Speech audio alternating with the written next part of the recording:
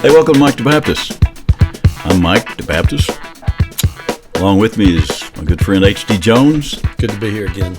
You're here all the time. I know, I'm kind of a regular. Yeah. It's kind of a brotherly thing. Just kind of strange because I'm so irregular. We won't even let you expand. I know, right?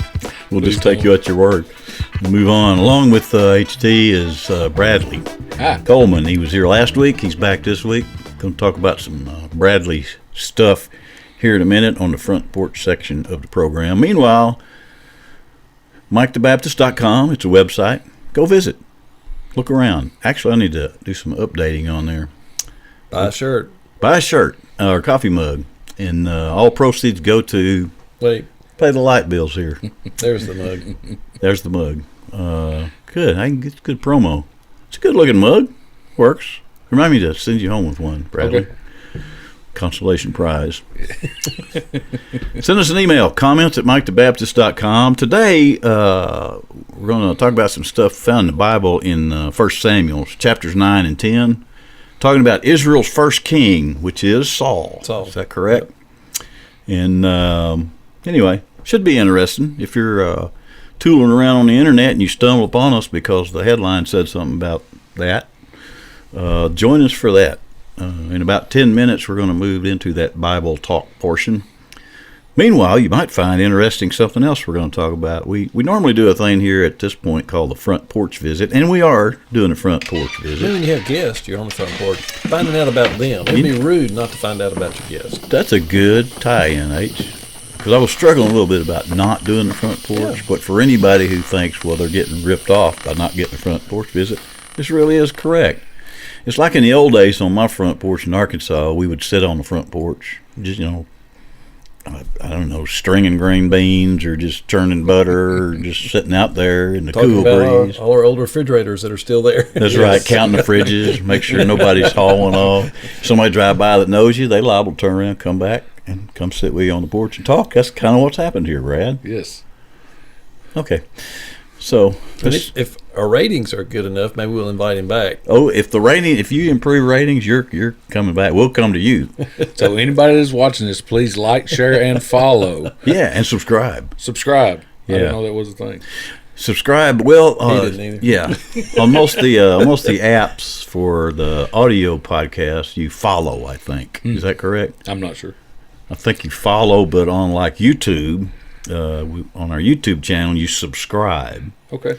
And so we're kind of on a push this year to increase that, our subscriptions and our follows and all that, et cetera, et cetera. Okay. Which is why we're having interesting guests like Bradley Coleman here on the program. Speaking of Bradley Coleman, you told us last week a little bit about your past, about your heathen past, and how you did what many of us do. You kind of experimented maybe too heavily in the world there for a while, but it brought you to a place called the Hope Center, which is it's a place here in our area of Middle Tennessee that helps fellas get back on their feet and get out of some bad lifestyles. Mm-hmm. But it's not like a regular rehab, is it? No, it is not. You know what? This would be a good place to let him explain more about that and explain how you went from being a resident to kind of running the place. Tell us about that.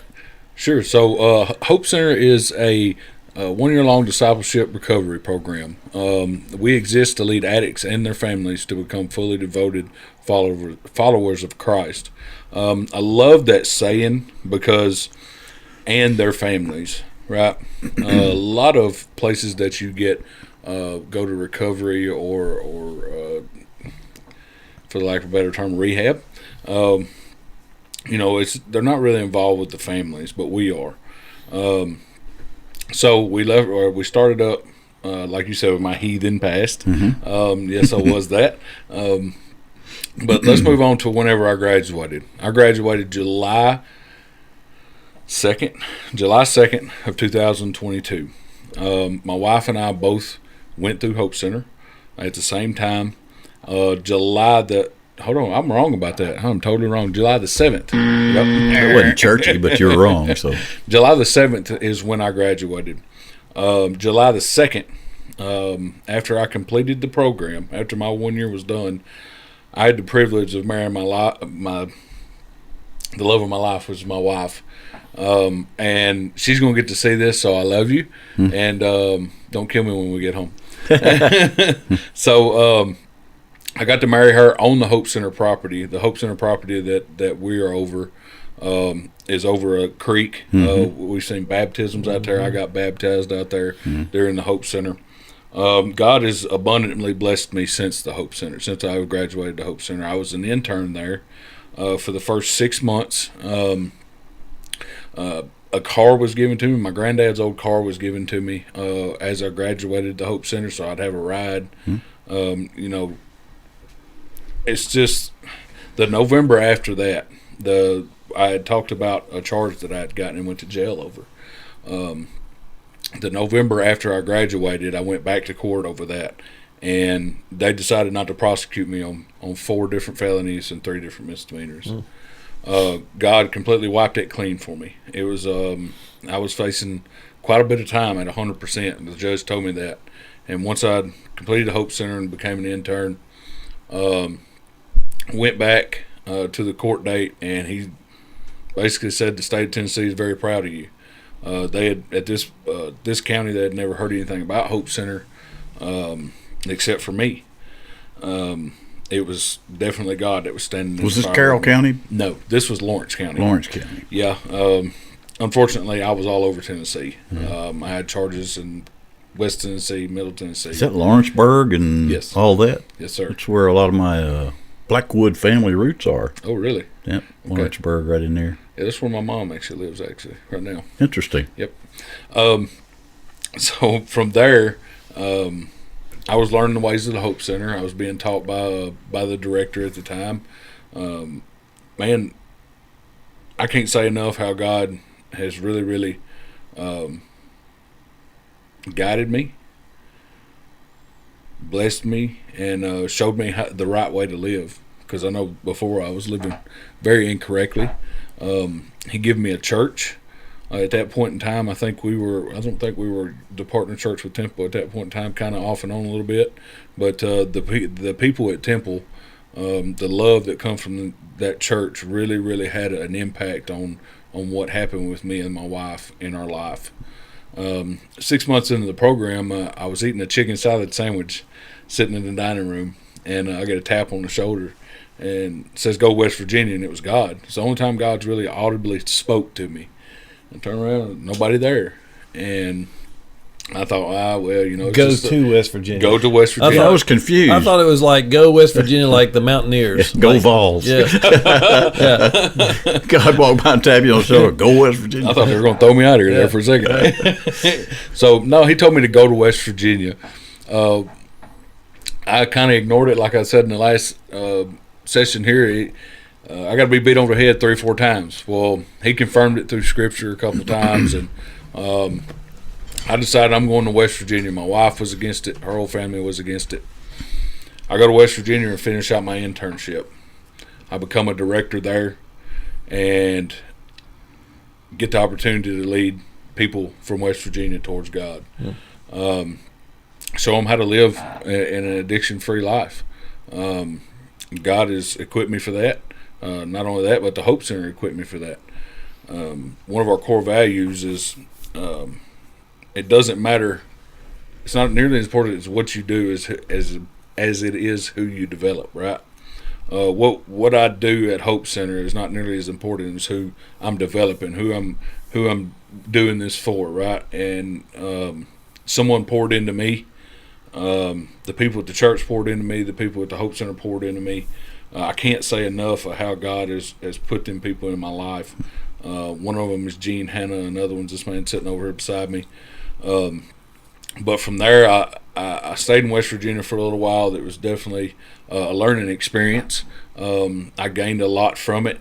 I seen a lot of guys set free, baptized. We had a church cook as a hog one time.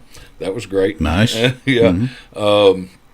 But yeah, I got to see that a lot in West Virginia, and got to see really what Hope Center done outside the scope of Tennessee. Is that where Tim went? Yes, he went to West Okay. Virginia. All right. Yeah. Yeah. Character. He's a character. Yeah, he is. He's actually doing really well now. Good. Really well.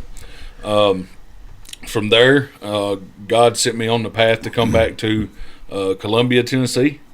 He provided scripture and guidance through that as well. And so I said, yes, Lord. Come back to Tennessee, and lo and behold, the guy that was at the White House facility wanted to go to Columbia, and I wanted to come to White House. So here I am today. I've been in this role since May of last year. We've seen 41 baptisms last year. That's awesome. Numerous guys. I couldn't tell you how many people set free from addiction. They hear about Jesus Christ every time they come into the door. We have a wonderful church family that comes and pours into the guys volunteering.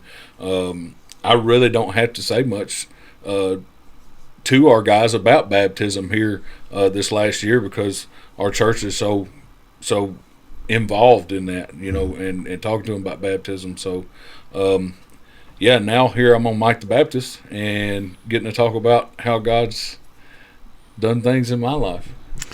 And his fame is skyrocketing. Well, I was going to say, you kind of might be on the bottom of the circle now. You kind of made all the way around. No, I'm just kidding. But what do you do up there on a daily basis?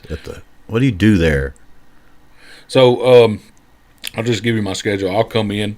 Once I come in, I'll make sure that everything's going good in the house. Any problems that have happened while I haven't been there, we pretty much put out fires, because I'll tell you this, every day at the Hope Center is a different day at the Hope Center. Can imagine. So it's never the same every day. But I'm over in charge of scheduling, doing all the biblical-based stuff, making sure these guys are doing what they're supposed to be doing. I'm also leading and guiding and mentoring them biblically through. I have an open door policy. Anybody that needs to talk can come in and talk to me.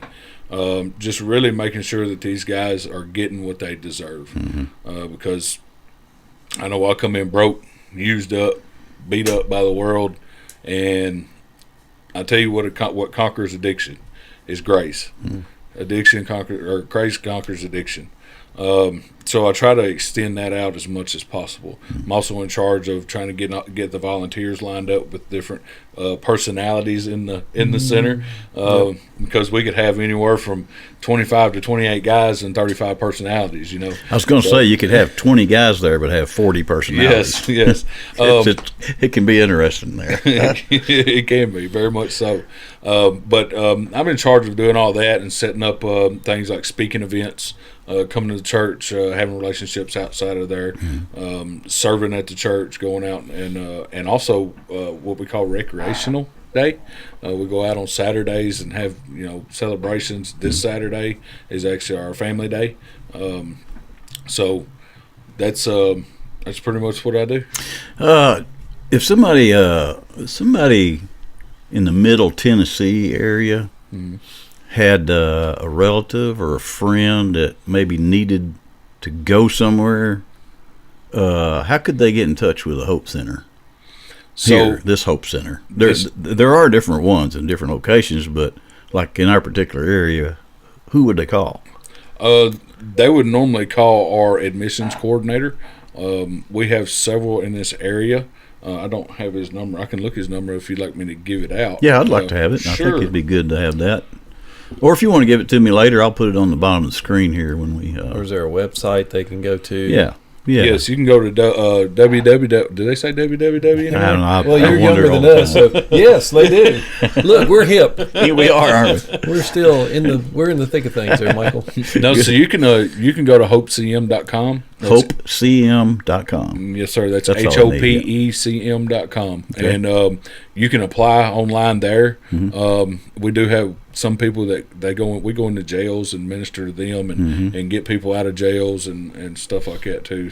So this Hope Center thing is like we said before, it's not like a 30-day rehab. It's an investment. Yeah, you're living there, and it's a lengthy. It's either an 8-month or a year, isn't it? Is that correct? No, we just do the year now. Only the year. Yes, sir. Okay, so, but it's a world of difference in what I've heard that and how the traditional rehab centers work and how this works. It's Yes. it's very interesting. Well, just like you were talking about in the last session, we're to be transformed by the renewing of our mind. We can't renew our mind in 30, 60, or 90 days. No. I mean, we could. When you got a lifetime of bad habits, it takes a while. Yep. And that's what I love about this program is that, yes, they're pointing people to Christ, but they're also pointing them to good habits and things that's going to help them in their life. Yeah, and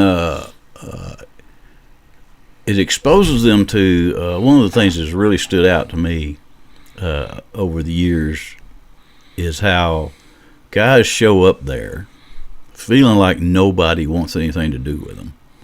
And my particular bunch of people I go to church with, I'm sure they're this way everywhere, anybody else's church, but they treat those guys like they're just guys. I mean, I don't see them. And to me, that's really important because I've seen so many of those guys that you could just see it on. They thought that nobody wanted anything to do with them when they're absolutely wrong. Yep. Well, sin beats you down. It promises you the world, but it really takes the world from you, and it beats you down to the point of isolation and no value at all. Which then again leads to a lot of anger and stuff. And just listening to some of these guys' testimony, it always breaks my heart because, what I see in each one of these grown men, some of them big, could, pound my face into the concrete. That's just a little boy that's been hurt and hurt and hurt and hurt. Yep. And it's just coming out in anger or isolation. And it's masked by drugs and alcohol just to hide. And that's the part that takes the year long. You can get saved right now, but it takes a while to work some. You didn't get there overnight, and you're not going to get better overnight. No. It takes a while to work some of that stuff out. It does. It's Brad, it's a good thing you're doing. Proud of you. Thank you. I don't know you that well, but I know you well enough to know I'm proud of you. Yeah. I can see where you are and good job. Kind of know where you came from. I appreciate that. We're going to take a break, come back, talk about that stuff in the Bible we were talking about in Samuel. Remember that? I think so. We're going to talk about it here in a minute, so we'll be back. Are you tired of blending in with the crowd? Do you want to make a statement that says, I love baptisms and fashion? Then visit MikeTheBaptist.com today and order an MTB t-shirt or hoodie just in time for spring. MTB gear isn't just a t-shirt, it's a movement, literally. You'll be moving through life this spring and summer with a new confidence, a new style, and the occasional confused look from strangers. Mike the Baptist shirts, hoodies, and onesies come in all sizes. Yes, even baby-sized, because who says baby can't preach? MTB gear will give you the confidence to stand out in a crowd or a baptismal pool in colors as bold as your beliefs and sizes as big as your faith. What are you waiting for? Stand out. Be bold. Order online now at MikeTheBaptist.com/merchandise. Get your holy swag on now at MikeTheBaptist.com/merchandise. Not responsible for extreme amounts of attention or spontaneous moments of self-confidence. Hey, we're back. It's just a friendly reminder, Brad. On Mike the Baptist, we try not to get too churchy. Okay. I love bells, actually. As we talk about the Bible. But now, in truth, we did let you slide a little bit on the front of the program because what you're talking about was actually pretty important stuff. Yeah. I mean, not to say that what we're about to talk about is not important stuff, but anyway, you get the picture. Try not to be too churchy because we will buzz you if we remember. Right. So anyway, HD, why don't you talk about this stuff you found? Absolutely. We are continuing our study in 1 Samuel. We're kind of in chapters 8, 9, and 10. And, the big picture here that I think is kind of interesting for us to think about is that Israel as a nation is looking around at other countries and they're deciding, you know what, everybody else has a king. We want a king. And God has kind of tried to lay out what that's going to mean to them, that when you have a king, he's going to tax you, he's going to take your property, but oh no, we want to have a king. And actually Samuel is known as the last judge because he will anoint Saul as the first king. And Samuel's having real trouble with this. And I love in 1 Samuel 8, chapter 8, verse 7, where God said, look, they're not rejecting you, they're rejecting me as their king. And, one of the things that I wanted us to kind of discuss a little bit is this idea, which ties back to last week, obedience and disobedience. But what are ways that we today reject God as our king? What are ways that we really just snub our nose at him and say, no, I'm going to do what I want to do? Well, for me, I can tell you it's something that here recently I've noticed with TV. I've noticed myself sitting down and watching TV more, and I'm trying to eliminate that. Whenever God's telling me to, I say in my heart, and I check all the boxes, but whenever it comes to TV time, I'm sitting down in front of it, even though he's done told me this is not what you need, right? So something I'm working on.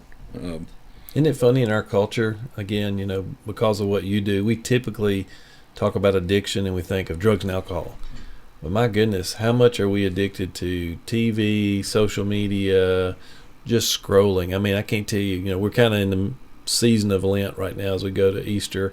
And I've had several people talk about how they didn't realize how much time they were spending scrolling through reels on Facebook or just, videos on YouTube. And again, those aren't bad things. I mean, we were laughing, repairing a garage door. First thing I did was went to YouTube and found out, how to do this. So that's not a bad thing, but when we get stuck in it hour after hour after hour and we become so unproductive, we're kind of rejecting God as our king, because he wants us to have relaxation time and downtime, but we get over entertained, I think you might say. Well, we're all creatures of habit, Once you look at a few reels of orangutans, but they're so hilarious. And then so if you're sitting around and you're at the waiting room at the doctor's or somewhere, and you remember that funny orangutan video, it's easy just to call it back up and look for more.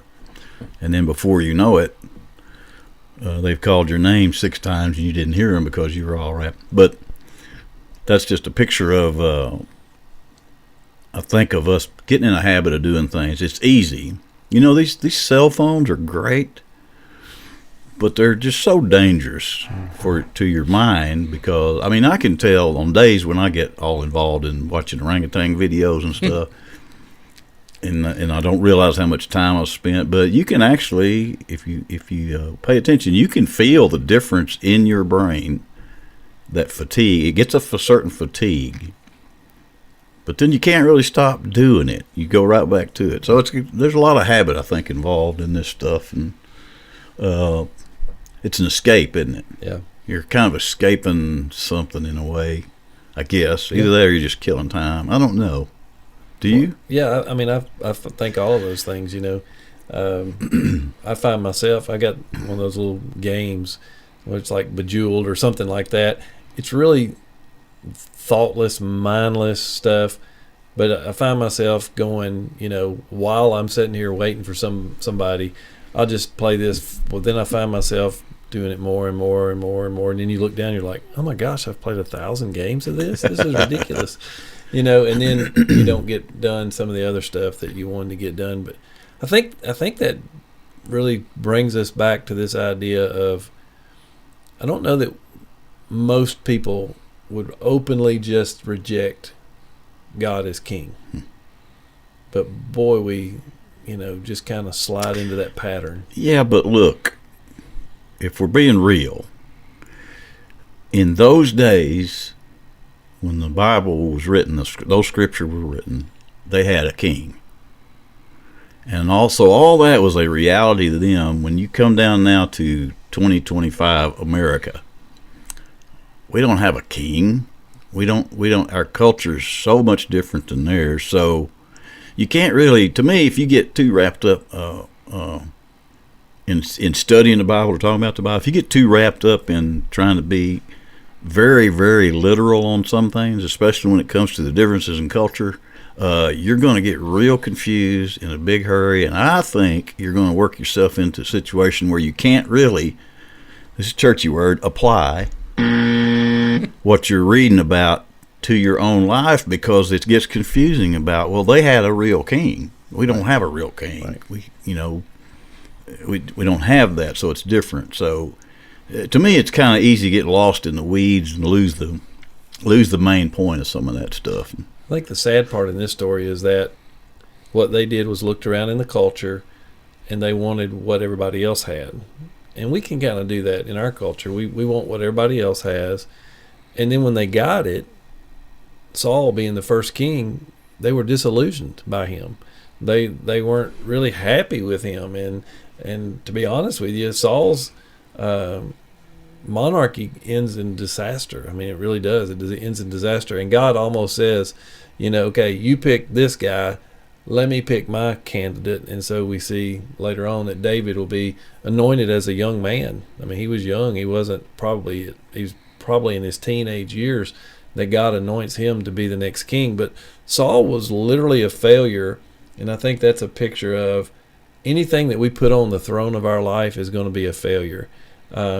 Career, if you put your career as your God, you're going to fail. Even if you put your spouse or your children on that throne of your life, you're going to be a failure.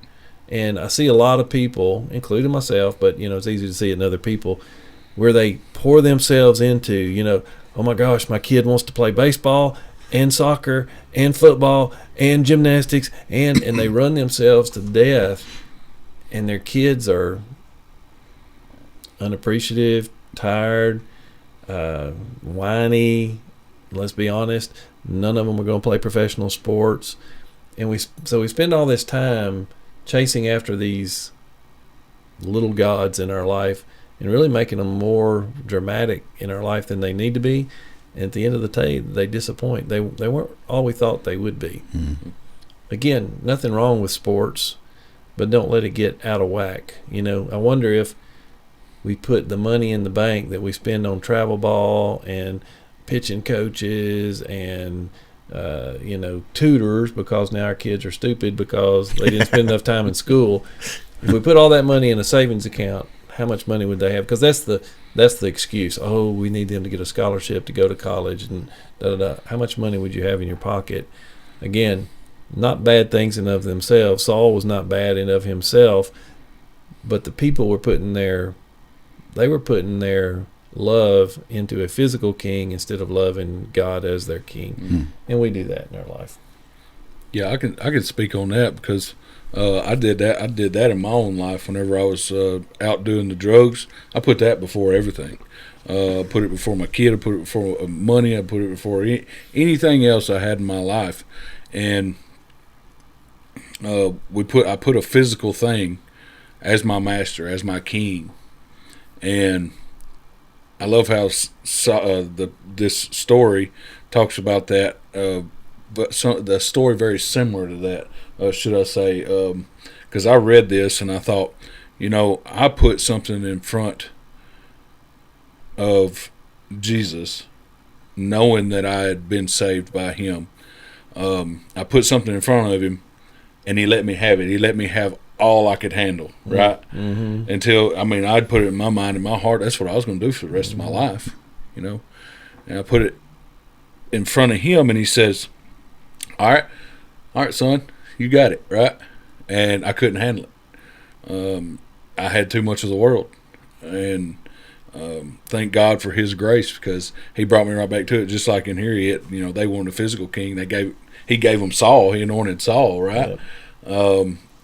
A guy that hid behind the supplies whenever he was called up to be king. You know what I mean? But why'd they pick him? Because he was the tallest. Yeah, because he's the biggest. Yeah. So, that's kind of what happened in my life. It's exactly what happened in my life. He said, here, you can have all you want, but here's the grace also. Here's, then he anointed David to be king later on in the story. But, I come right back to him. Israel ended up coming back to God. So Do you think these things lead us? Last week we talked about obedience and disobedience and those consequences. When we chase the wrong things, they leave us wanting more. And yet when you follow God, even though you might not have all the things you think you want, I'm sure right now Bradley's not making as much money as he used to make being a plumber, going around, probably made really good money. But he's happier now, and he's holier now, and life's more fun now than it was back then. And I can say that. I mean, preachers don't.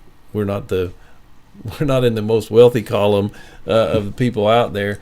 But I look at what we have an opportunity to do, and Susan and I just pinch ourselves sometimes. We're like, yeah, you could make more money, but you just have more stuff, more worries, more headaches, more ulcers. And we get to do some pretty cool things where we get paid to read the Bible, we get paid to share the gospel.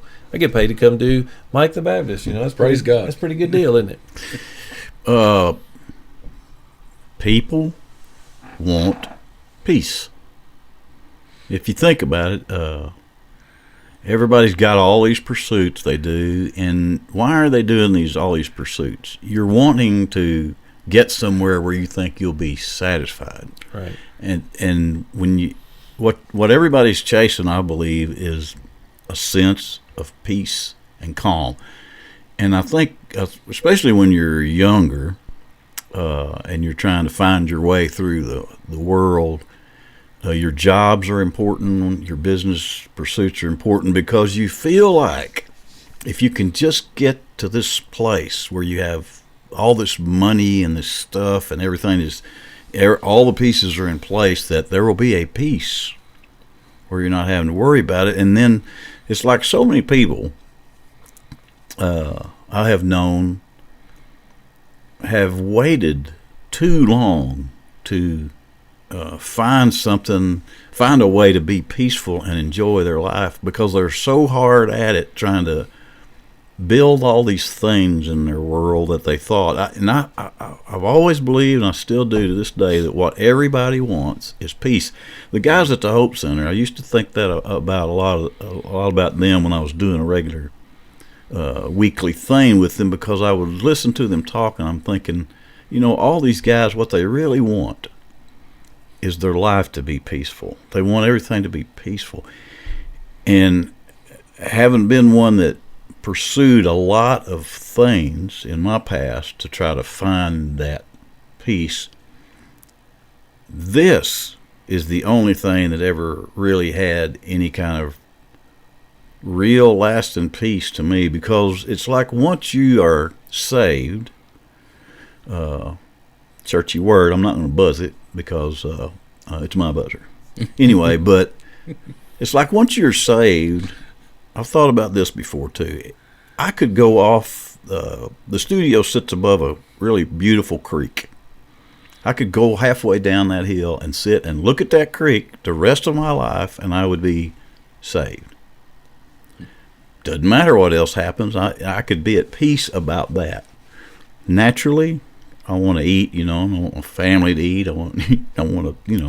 You gotta work a little bit. But what I'm saying is, I really believe that the whole thing is about getting a peace, and this is the only kind of lasting peace I have ever seen. And I know it's what everybody wants, but is it Mick Jagger that's saying, I can't get no satisfaction? Yeah. But I try, and I try, and I try, but I can't get no. Yeah. There's satisfaction in serving God, because He, as your creator, knows what you're made to do. If you put diesel in a gasoline engine, it ain't gonna get no satisfaction. If you put gas in a diesel engine, it won't operate. And God knows how you've been created and what you're made to do. I've had people, and I'm sure you've had this thought process. I go to a funeral home, and I'm like, I look at those people, I'm like, I couldn't do your job. Or a nurse. Mm-hmm. A nurse that takes somebody in who's messed all over themselves and throwing up and stuff, and then they got to put IV in their arm. I'm like, oh, there's no way I could do that. But then they look at me and they're like, there's no way I could do what you do every Sunday. And I'm like, right. It's easy.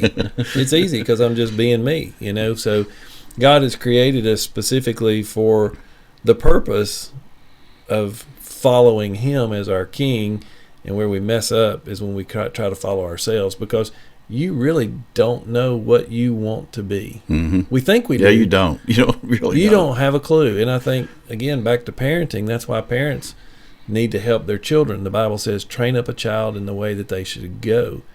There is more to that scripture than just a spiritual aspect. My grandson, he's only a year and a half younger than my granddaughter. And when Grammy comes in and says, hey, granddaughter, I want to paint your fingernails. Well, what does he do? He runs in there, paint my fingernails, because all he knows is, I want to be like her. I don't want to be left out. She's getting to do something special. And so we've had to train him up that, look, boys don't do that. Let's us go in here and do something that boys do, And when you do that, then he's comfortable with that. Mm-hmm. But when you leave them to themselves and say, okay, what do you want to be when you grow up, and what do you want to do? I mean, I don't know about y'all, but that was one of the most miserable times in my life. I enjoyed my school age time because Mama told me when to get up, told me when to eat, told me to do my homework. Now, I rebelled against it because I didn't like people telling me what to do.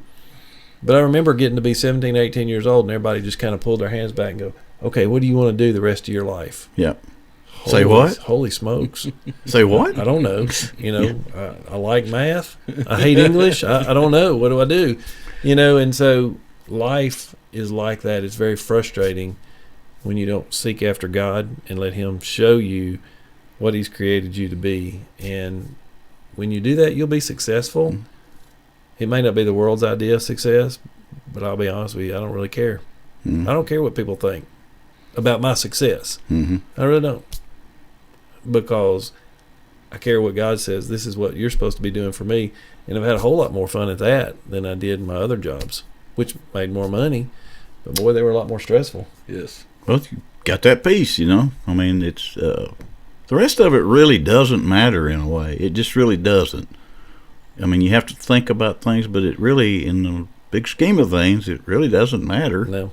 I mean, okay. That's a good place to end that. I think so.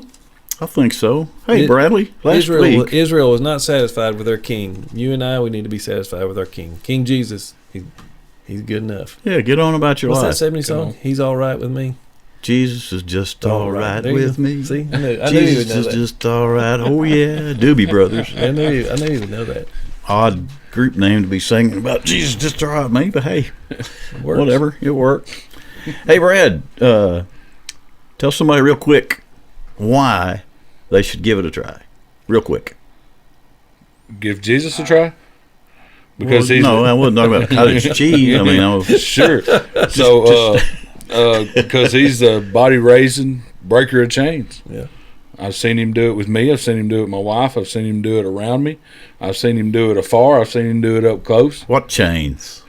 Chains of addiction, chains of anything. I can tell you my big five, selfishness, arrogance, pride, self-confidence, and did I say arrogance? Yeah. So you can say it twice. Say it twice. You had An arrogant person would say that twice. You had a lot of that one. Go ahead and say that twice. Why would somebody want to have chains broke from that? Well, I mean, keep doing it and you won't find no peace.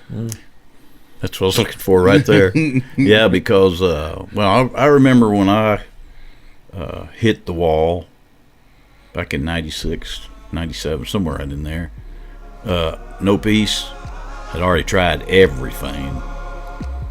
Realized that it ain't there in what I've tried to do. Yeah. It was there in that. So yeah, I got since I've come to Jesus Christ, I've got indescribable joy. Indescribable. I can't. Man, I want to buzz that, but I can't because that's real right there. Okay, thanks. We're gonna take a break. Come back and play Inny or Outty. Enough of this serious stuff. Hey everybody, it's time to play America's almost favoriteest new game show, Inny or Outty, where we challenge our guests to figure out if a phrase we give them is actually in the Bible or out of the Bible. Sharpen your wits, guest. You're about to be in the hot seat of Bible stuff, because you're the next contestant on Inny or Outty. Here's Mike. I'm a little scared.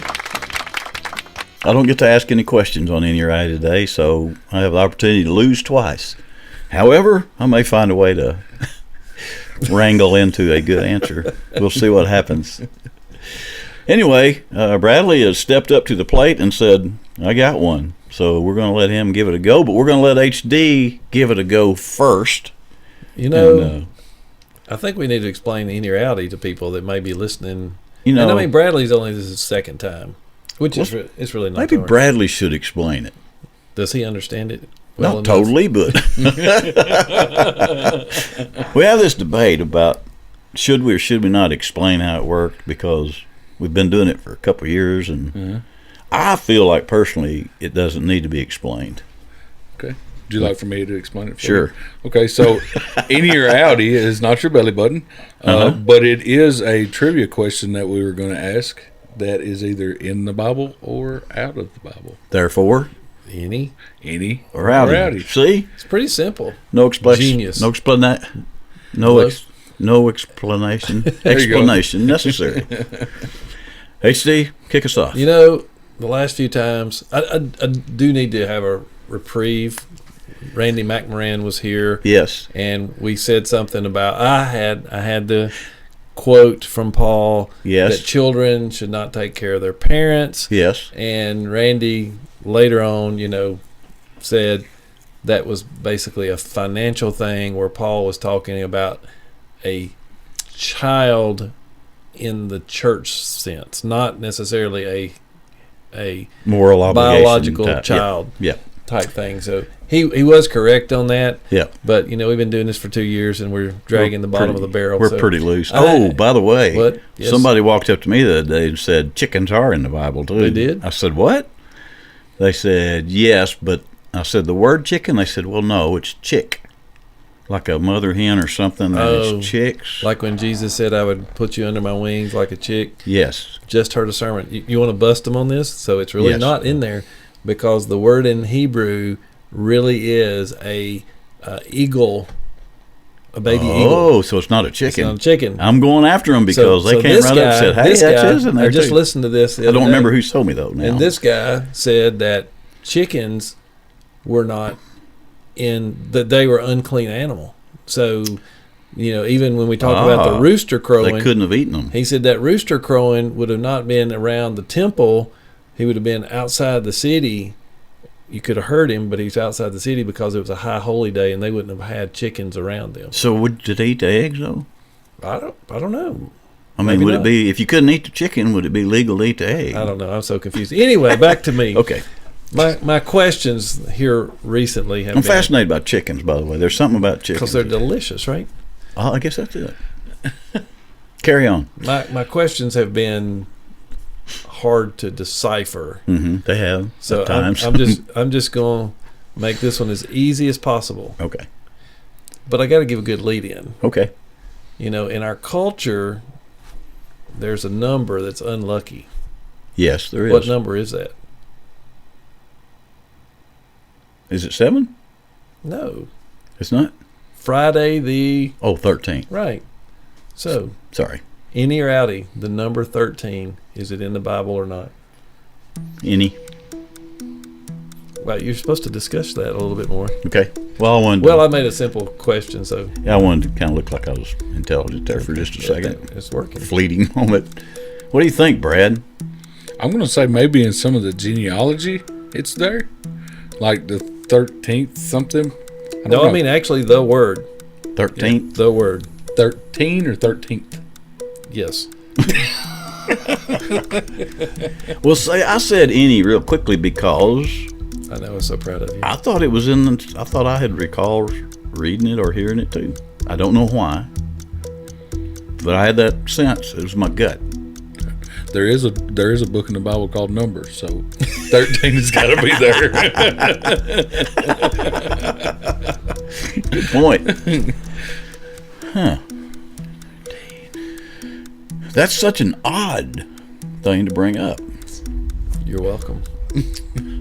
Like the others we bring up are not odd. So I have a feeling the word 13 is in the Bible, and you do too, don't you? I do. but we can't. You have more intelligent reasons than I do about some of that stuff. I've noticed. Well, except for that numbers thing. that one wasn't real high up there, but you did mention genealogy and stuff. Yeah. So you're saying you think it might have been like we're in the 13th great grandmother? Yeah, maybe. I know it wasn't in a tribe, so. Right. How do you know that? Because there's only 12 tribes. Okay, sorry. Okay. I think it's an Inny. You think it's an Inny? It's Inny. Tell him. It's Inny. It's an I Inny. knew y'all would think that. And that's why I'm so proud to tell you that it is an Inny. Yes. It is an Inny.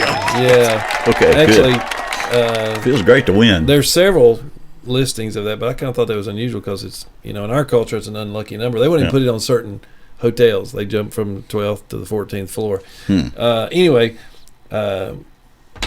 Ishmael was 13 years old when they banished him, Interesting. Yeah. Oh, Yeah. okay. So there's several references to 13. Is that in Numbers? No, that's in. That was in Genesis. Genesis. Yep. My great granddad that raised me, his middle name is Ishmael. So y'all were I've been Muslim? told Ishmael is in the Bible somewhere. Ishmael? Ishmael. Ishmul. Maybe y'all just mispronounced it. No, it's written. His name was Asher, Osher, Asher Ishmael. Isn't that Did interesting? his parents not like him? I mean, mine didn't like me, so. I think they had something in their mouth when they Yeah. gave him his name. Or couldn't spell. Okay, that was a good one. So we won. Yeah. Yes. Good job. Congratulations, Brad.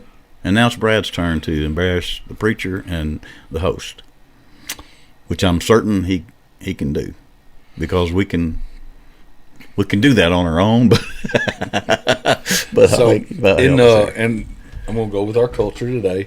We have so many electronic devices, a phone, a tablet, Yes. a computer, and all of them got passwords, right? Ah, All of them got passwords. The very first password ever recorded is in the Bible. Is it in it or out of it? The very first password. the very first password. Password. Open Sesame's in the Bible? What? You can't tell us what the password is, can you? That's it. Without exposing it. The first password. How many questions are we allowed to ask you about this? Can I give out a hint? Am I supposed to No. give out hints? No. Not a no. hint. Oh, so I'm but- just supposed to. Yeah. Yeah, but we need to know what you're asking, sort of, because obviously, I don't know what scripture you're looking at, but obviously, they weren't using a password to get into their electronic device. So, my question is just kind of what. Do you want a hint? I'll give you one word. Sure. River.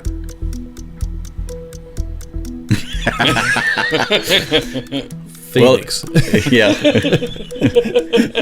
It's me in HD, so we might need maybe a little more than that. Right, So a password. Let's talk about what a password is. Yeah. Password gets you into. Yeah. So I can see there would be a password at a gate. Where they had to Yes, say a password exactly. for them to open the gate.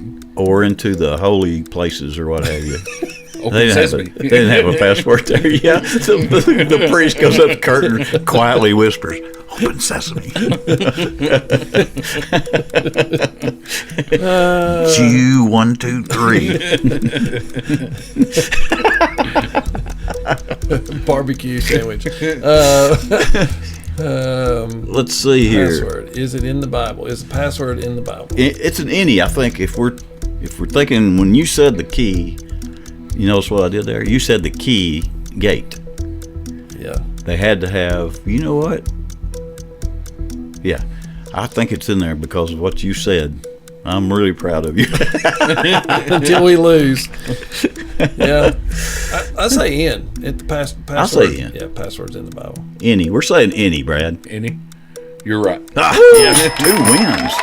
Historic moment. So we need some clarification on this. Yes. Okay, so it's in Judges 12, 5, and 6. It was the password was Shibboleth. So the Ephraimites were at war with the Gileadites. Yeah. And the Ephraimite survivors that lost were tested by the Gileadites who were trying to cross the ford of a river. The Ephraimites pronounced it Sibboleth, not Shibboleth. Interesting. And 42,000 were killed because of the pronunciation. Tomato could get you Could killed. get you killed at the river there. Wow. If you're trying to cross the river. That's interesting. That was good. That was a really good one. First password. That's pretty deep there, Brad. I'm kind of impressed. I heard this probably 4 or 5 months ago, and it's stuck with me ever since. See, God was just preparing you for Mike the Baptist. He was. Masons have some kind of weird passwords or something. I did that in my younger days. And it's like, I don't, some of it I didn't totally get. But I think I remember the word shibboleth or something in there. Oh, man, now I'm going to get a rock tied to my tongue thrown out into the ocean or something. I think No, you got to pronounce it Sibboleth. Sibboleth. Maybe I got off the hook by saying shibboleth. Anyway, that was good, Brad. Thanks. 2 wins, historic day. Don't want to mess that up. We'll be back to tell you bye shortly. Oh, wow. What a great contestant and a fine sport today on Inny or Outty, America's almost favorite new game show. Study up, future guest people. You're next in the hot seat for Inny or Outty. What's the website of the Hope Center there, Brad? HopeCM.com. HOPEC as in cat, M as in Mary.com. What else would C be? Hope, SEA? Yeah. I just noticed that. I had to pick on you there. HopeCM.com. If you go there and you got somebody that you think might need that kind of help, there's a link on there in the menu probably where you can sign up or register for them or even just contact somebody to talk to them about it. Yes, we have contact numbers. There's an online application in the drop-down menu. Just go on there and enter your information. Somebody will either contact you. And I know we have people in Arkansas and other areas that hear what we're doing here. Do you know offhand where Hope Centers are located, kind of, 6 or 8 of them that you could think of? Sure, the majority of them are right here in Tennessee. We have one in Memphis, one in Paris. They're pretty much all over right in this area. I think we have 16 in Tennessee. Are there some in Arkansas now? I thought I remember talking to Stephen Paulk one time about. No, not yet. Not yet. There's one in Ireland, isn't there? We have 3 in the UK. 3? Yep. All right. There's one in Hawaii. That's the one I want to go to. Yes. I'm thinking about doing drugs right now just so I can go to Hawaii. Oh, If I remember right, I think Stephen asked me to go there with him to paint or something. I thought, man, I didn't go. yeah. We actually just opened one in Thailand for women. So we're all over the world now. We got some in Ukraine, Belize. It's a good thing. It is. It's a good thing. And West Virginia. West Virginia. Glad you came and sat in with us. You're a good guy, and you talk a lot. That's important on a program that relies on people talking a lot. So, Yeah. And you got a good voice, so I don't have to constantly remind you to get in the microphone. So, Yeah. Good. and if you probably didn't see it or know about it if you're listening, but last week on his first episode, he ditched one of our big comfy chairs because he was getting too comfy in it, and it was trying to slide him out of it. So he opted for a little less comfortable chair that he wouldn't go to sleep in. Amen. Anyway, that's free information for you. Hey, still anything to add about anything, or It's been a good day. been a good day? Hey, if you can, go to YouTube and subscribe. Go to the YouTube channel, Mike the Baptist, and hit the subscribe button. Actually, you can go to Rumble. I think you follow on Rumble. It's the other video platform. Spotify, I think you can either listen or see the video. Anyway, go follow, subscribe. We need to build numbers. That's in the Bible. Numbers. Numbers is in the Bible. It is in the Bible. I've never heard of Rumble. Rumble, interesting. Ain't that what happened whenever God broke his hip? There's a little rumble. God broke his hip? Oh, no, you're talking about, okay, Jacob, yeah. Okay. I couldn't remember his name. Couldn't make that work in my head there. What? Howdy. Anyway, thanks for being with us. AC Jones, Good to see you. Brad Coleman. I'm Mike the Baptist. Remember, folks, we're all just Christians. Try not to cuss. There we go. You got it. See you next time.